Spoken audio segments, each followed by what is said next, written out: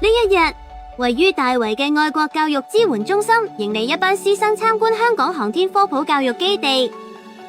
佢哋透過講解、互動同埋場景體驗，了解國家航天科技嘅突破與成就。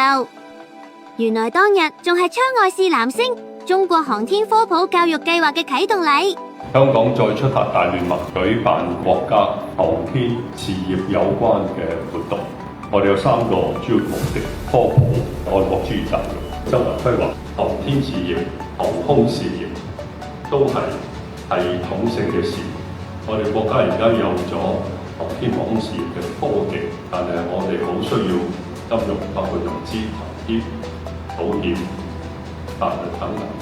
嘅資產。希望我哋能夠共同努力，單止對我哋喺航天航空科技上嘅發展感到自豪，同時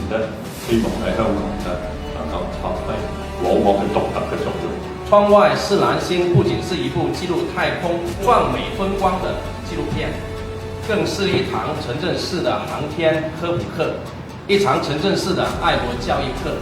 咁國家嘅15規劃片咧，都係特別提到咧，要全力去建設我哋嘅科技強國、航天強國。咁所以咧，藉住呢一個時機咧，我哋香港再出發大聯盟咧，就啟動咗一項進校園嘅一個航天科普嘅計劃。咁就希望咧，就將我哋國家航天嘅發展嘅歷程啦，同埋一啲精彩嘅故事咧，係帶俾香港嘅一啲嗰間中小學。希望大家咧可以感受下我哋祖國嘅壯麗山河，係用一個太空嘅角度，同埋咧希望可以係藉此咧口植我哋嘅家國情懷，增加我哋嘅民族自信。